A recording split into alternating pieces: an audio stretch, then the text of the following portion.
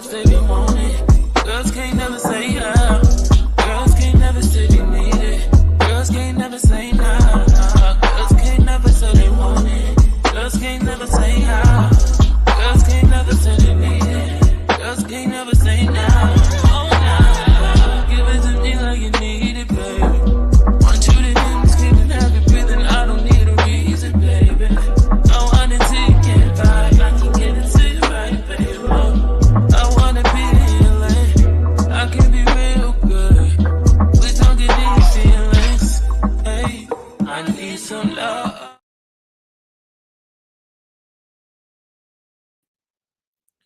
Greetings, royal queens and kings. It's your host, Queen Tulsa, up in the building. Listen here. We got a lot to cover tonight, child. And I think that we are going to start here. First and foremost, I love what I do. I enjoy making people laugh. I enjoy coming on YouTube and just really just being my big authentic self, right?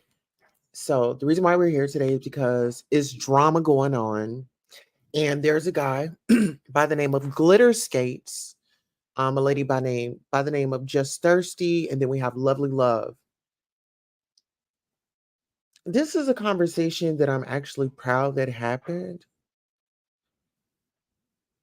because we are talking about individuals that are strictly online and looking for ways and looking for moments to pile on, to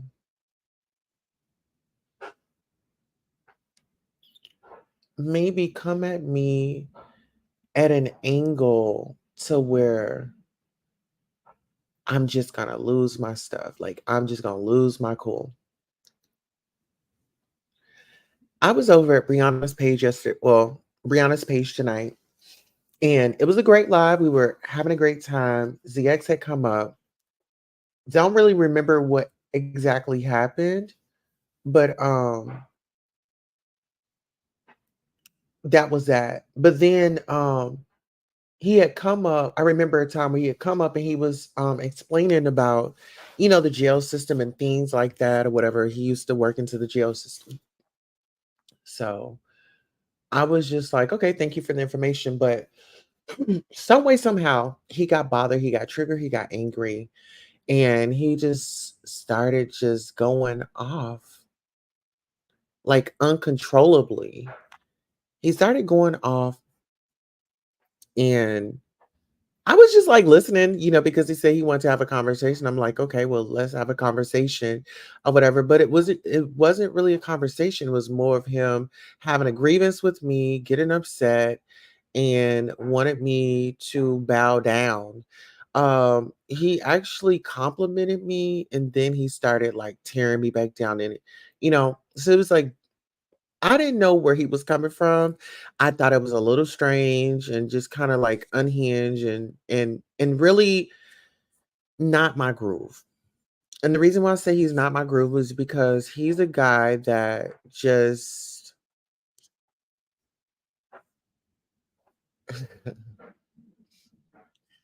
inserts himself and want to tell transgender women how to live, how to think, who was there, who wasn't there. He tries to diagnose you. And, you know, and African American community. I don't want to say, I don't want to sound cocky or anything like that, but I've dealt with guys that were undercover, that were on the DL, that didn't want their family to know, didn't want their friends to know. So these are guys that I've dealt with in my life. And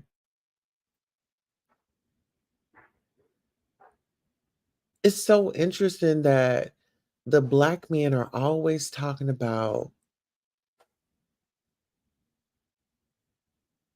fatherhood and You need a daddy and this, that, and the third.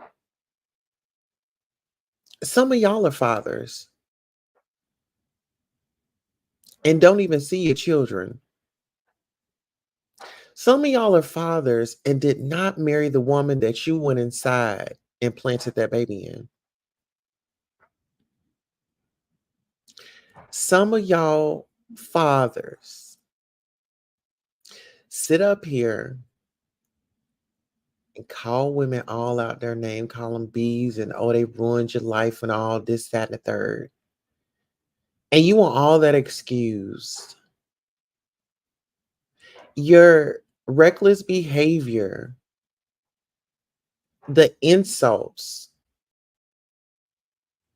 I think I would have thought that men of these statures and men with these complaints will be really handling up on the guys that are out here being a hindrance to our community.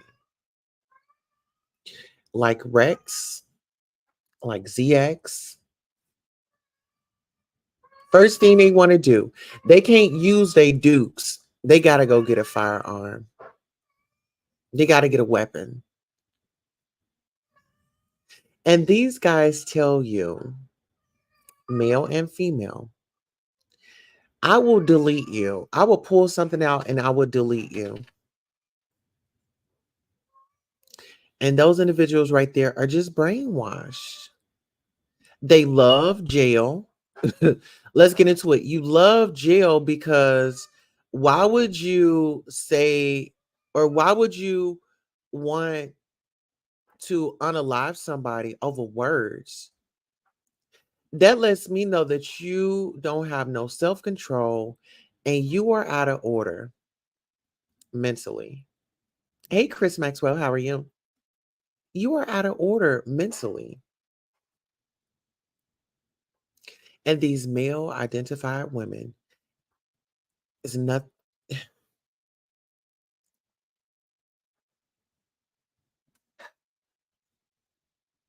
just thank God for the discernment and to be able to allow myself to process everything that's going on and look at it from a different lens. There's this campaign that people are aware of. Queen Tulsa. Queen Tulsa is a campaign because anybody can jump on that campaign uh wagon and try to go against me. Oh, she don't like women. Oh, she thinks she's better than y'all women. Oh, she's putting herself up against y'all.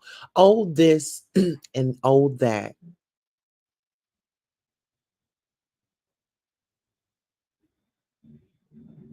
All for a moment to make me small. All for a moment because they are insecure with themselves. Glitter boots or glitter skates. Glitter skates decided to come out and roll on up to the party. And he got exactly what he deserved. I told him exactly how I felt about him. He were giving me grievances about how he felt and how I'm an invisible person. I don't matter. He would say what he has to say. He would drop off. He would come back, say what he has to say, drop off, and he would come back and do it again. He had come back to visit and sound off to me. I don't give a rat's ass about how you feel about me and what you think. And, I'm very vulnerable. And see, the thing about me is I walk in my truth, and you can throw any and everything you want up in my face. I'm not going to budge. I'm not going to move. I'm not going to break because I'm confident. I'm secure in who I am. And I understand that is some people out here, they're dealing with their own stuff. that are dealing with their own stuff. I don't come on here angry, bitter, screaming loud, and wagging my neck. Like, I don't do that stuff in real life. I'm not going to do it on here. I'm a chilled individual. Either you rock with me or either you don't. And if you do rock with me, I don't ask nobody to agree with everything that I'm doing, agree with everything that I'm saying. I want people to think for themselves, be critical thinkers. And with my critical thinking, yes, I had went over to your channel before. However, I don't go over there. It's nothing there for me. You've already pretty much proven yourself to me. Like you just have no respect for women. You talk to women all crazy and you give women demands and things like that. And then you brag about what you're carrying in between your legs. And I've been around several straight heterosexual men in my life. And men that are securing themselves, they don't do all that. They don't do all that. And you know what I've learned being in this life for how many ever years that I've been in? I've taken notes.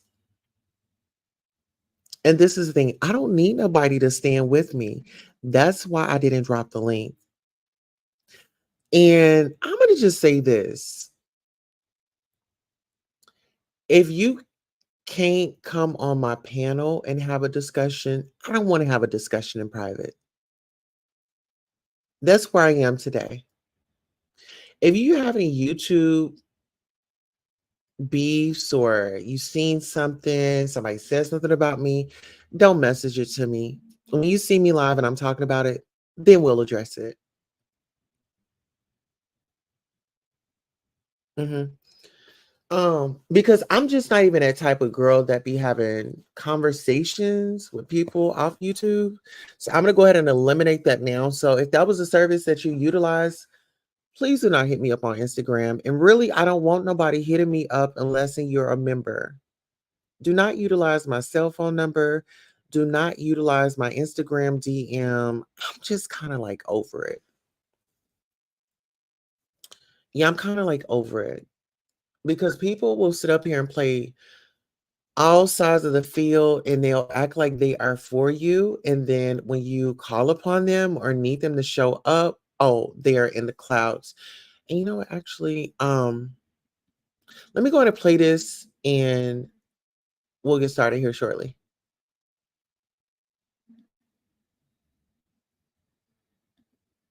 All right, we're here with the Urban Coalition of Freelance Writers, where we shed the light on issues impacting the urban community. Today, we have a treat for you. We have YouTube icon, as well as she's definitely an icon in Atlanta, Georgia. She's speaking out on issues that are impacting the African American community, and we really appreciate her giving us a few minutes to shed the light on the issue that is really impacting our community, and that issue is men living on the down low. So we're going to jump right into this because we know she has a busy schedule. So we're going to jump right into this. So Alexis, tell us a little bit about what you do and how you've been an advocate on speaking out against this issue that's been going on in the African American community, which I know it goes on here, which it goes on pretty much everywhere. But what have you been doing to spread the word about this?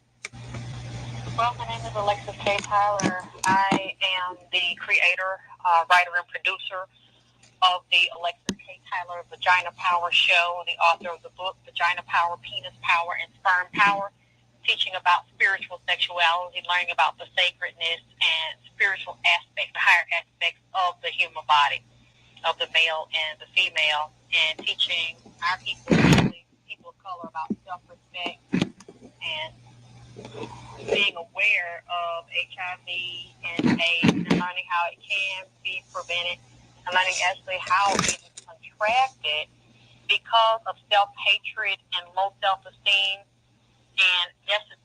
how our people are perishing from a lack of knowledge because we refuse to love ourselves enough to get educated and to protect ourselves and stop having sex with any and everybody.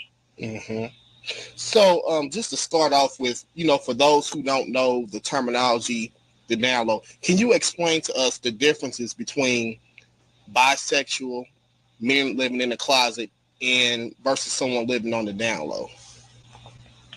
Well, somebody that's bisexual likes to have sex with both sexes, the same sex and opposite sexes at the same time because they can't choose or they have a deep feeling to express their sexuality with both sexes. They have a deep attraction to men and women. And then somebody that's living in the closet is very close to somebody that's living on the down low because they have a professional life and a professional image and personality that they show their church, their friends, their family, and their lover. But hiding behind that image that pleases everybody and that will keep people from digging in their ass and humiliating them is the closet personality that really desires to have sex, especially if it's a man. He desires to have sex with men, or he desires to actually have a man penetrate him in the ass just like he penetrates a woman in the pussy, and secretly has vagina envy because he really wants to get his dick split and turn inside out, right? So that he can have the pleasure of being penetrated in his pussy just like that woman is being penetrated, right? But the women he has sex with don't know. Now, I had a discussion with a friend about a week ago, and we were just talking about, is there such thing as a true bisexual? Because I think a lot of times when I look at the bisexual men that I've known, it's really a selfish type of lifestyle because really it's like, and most people I know personally that are bisexual tend to be kind of like greedy. It's like, can a person be bisexual and be in a relationship to one person without desiring? Because, I don't know. It's a really hard concept for me to understand. So, what are your thoughts on that? Yes, I do believe there are true bisexuals. There are people that struggle with their sexual identity every day, and they really don't want to be bisexuals or are ashamed of the fact that they are bisexuals, but they feel that they can't control their urges to be with the same sex. They can actually, a man can be with a woman and really want to be faithful to that woman, but he has to fight the fact that he, and the desire, he likes to be penetrated by other men or get his dick sucked by a nigga or be penetrated or like to penetrate young boys. Right. So what do you have to say about women that necessarily, particularly in the African American community, what do you have to say about women that feel that they don't have to worry about this? Okay, my nigga's 100% nigga. He don't get down like that. And what do you have to say about these men that are leading this double life? Well, some women might really have a loyal and a good nigga that they don't have to worry about. But I think that until you know that for sure, you have to treat everybody suspect and assume that you don't. I think a lot of black women are delusional. They're in denial. They lie to themselves, and they believe in the lies that niggas tell them, or they believe they got the ultimate pussy. There ain't no nigga gonna never cheat on them or want no man. Ain't no want no boy pussy once they get up in the real pussy. So they choose not to get their man tested. They choose not to get tested. They choose not to wonder what he's doing about his lifestyle before he got with them, the lifestyle he has now. Although some of them might not even be able to contact these men or might not have a committed and solid relationship with the men. They just feel like they all that, and it happens to one of their girlfriends or it happens to other black women, but it ain't going to happen to them. So a lot of them are delusional. And they do need to wake up. But I believe that every black man is on the down low or gay. No, I do not. There are a lot of our men, they have honor and integrity. And unfortunately, they get thrown into the mix with all the no good niggas. That ain't no good. Right.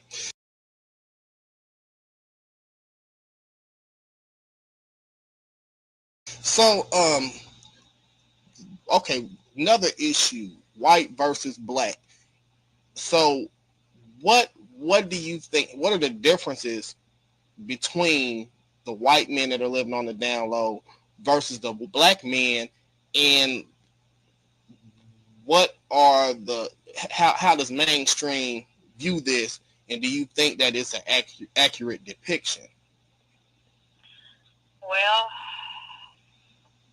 for what I've seen with a lot of white men, I mean, and some of their families have issues with them too, but most of them are more open about sexuality, and if they see that their child is struggling and feels like he's trapped in a man's body and really wants to be a woman, they will be more, although painful, they will get past their desire to have a son that gets married and has children so they can have grandchildren to play with, and they will help that child deal with the psychological issues and actually go through the sex change with them. Mm-hmm. And a lot of them will accept their boys being gay and love them because they don't want to lose them. And many of our people will put our sons out, especially black mothers. Black men will disown their sons and act like they don't even know them and look at them as a disgrace to the family if they are gay, put our sons out, beat them, humiliate them, actually turn on them, and we open them up to go out in the street and prostitute to survive, because a lot of black boys are being put out in high school, so they have no money, no education, no jobs, nowhere to go. So they're forced into a life of prostitution, eating out in the street, in the trash cans, subjugating themselves to a lot of black men that are married, that go outside behind their wives' back and screw these little young boys and infect them with HIV and AIDS. So, this kind of leads into my next question. So what role do you think the church is playing in this, and what role do you think they have played, and do you think they are responsible for men resorting to this type of lifestyle? And do you think they have kind of failed in educating women and people of color in general about this? Well, we have a lot of hypocrisy in the black church. We condemn homosexuality, a lot of churches. Some of them are changing, but for the most part, we have a lot of older people in the churches, a lot of conservative people, politically conservative as well. And we found out most of the Republicans, it's come out in the past few years, that most of those Republicans that vote against gay marriage and condemn gay relationships are closet homosexual and have been caught trying to harass these pages, in Congress, and their assistants. They like them young boys to be assistants in politics so they can try to screw them little young boys, or they frequent male prostitutes. So, and we know that's also going on with the black preachers. Most of them are bisexual. A lot of them are secretly sleeping with gay men. But in the church, we condemn it, and we know that most of the choir directors or the choir members or the deacons are gay and bisexual. But we condemn it while we're in the black church, and we don't have any counseling. We don't have very many outreach programs to talk about HIV and AIDS in the church, or the fact that a lot of members in the black church are taking HIV meds or need to take HIV meds or not getting tested because they have a promiscuous bisexual and homosexual lifestyle. So that's how the church contributes to making the problem worse and creating a lot of shame and pain around homosexuality and bisexuality, and it forces a lot of men to feel like their only option is to live on the DL. So how can we begin, in your opinion, and how do you think it's best for us to start turning this thing around? How do we begin to start making this right?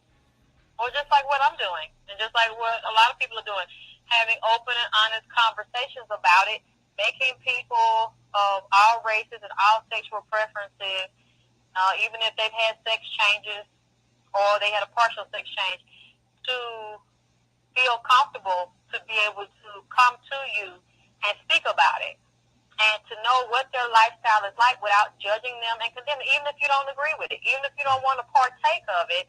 We really need to make our children feel comfortable that they can come to us and say, look, I'm having sex, and I'm having sex with the same sex.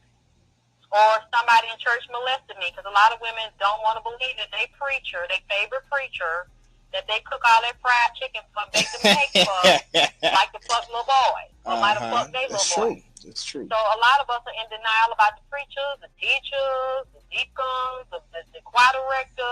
We don't want to. We deny our children and say, stop saying that about him, stop saying that passionate about the priest. We have open dialogue with them, and we don't need to condemn them no matter how much it hurts us. If our child tells them, look, I think I'm gay, I think I'm a lesbian, I think I'm bisexual, I'm just experimenting with both of them, and talk to them about, take them to the doctor, talk to them about protection, talk to them about how to clean their bodies up. If they're going to have anal sex, although you don't want to admit it, a lot of our children are having anal sex. And it's important to give them the knowledge, because if you don't give it to them, they're still going to have sex. And we know that HIV is easily contracted with anal sex, because you are like rupturing. I mean, let's just be real here. The anus and the rectum is not a vagina. And it's really not designed to take penises in it.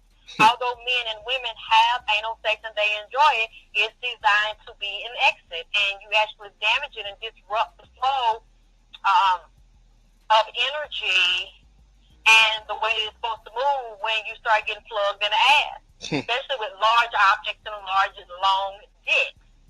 So if you're not cleaning yourself before anal sex, and you shitting on people's dicks and you shitting on yourself, not only do you have fecal matter, E. coli, but you also have a lot of bad bacteria and HIV virus there, but you're also rupturing blood vessels, so that if you're not HIV positive, and if you're having sex with someone that is HIV positive, not using a condom, when they're rupturing blood vessels, you're mixing blood and sperm with the blood in your rectum, and you are actually increasing your risk for getting HIV and any other STD.